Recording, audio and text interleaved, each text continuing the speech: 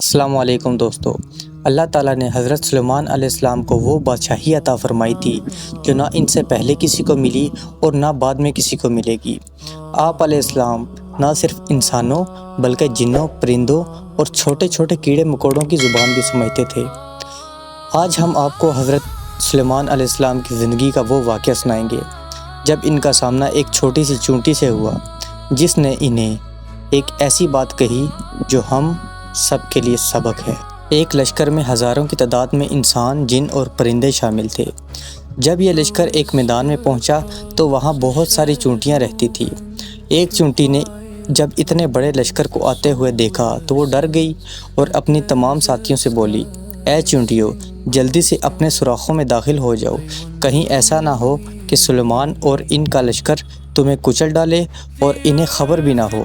جب سلیمان علیہ السلام نے دور سے ہی اس چونٹی کی آواز سن لی اور مسکرانے لگے، انہوں نے اپنے لشکر کو روک دیا اور اس چونٹی کو اپنے پاس بلایا۔ آپ علیہ السلام نے پوچھا، کیا تمہیں نہیں معلوم کہ میں اللہ کا نبی ہوں؟ میں کسی پر ظلم نہیں کرتا، پھر تم نے ایسا کیوں کہا؟ چونٹی نے ادب سے جواب دیا، اے اللہ کے نبی، میرا کہنے کا مقصد یہ نہیں تھا کہ آپ ظالم ہیں، میرا مقصد یہ تھا کہ جب میری ساتھی آپ کی شان و شوکت اور عظمت دیکھیں گی تو کہیں وہ اللہ کی تسبیح چھوڑ کر آپ کی بادشاہی میں نہ کھو جائیں۔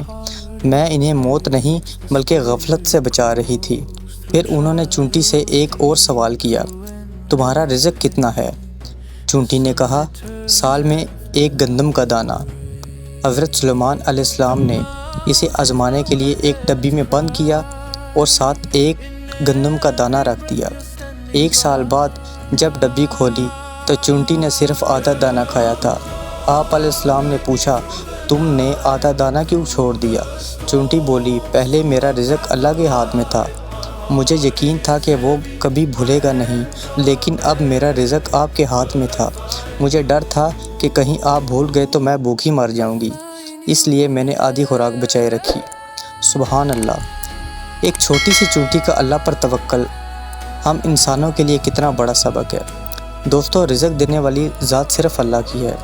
اگر آپ کو یہ واقعہ پسند آیا ہو تو ہمارے چینل کو سبسکرائب کریں اور اپنے دوستوں میں شیئر کریں۔ اللہ ہم سب کا حامی و ناصر ہو۔ جزاک اللہ خیرہ۔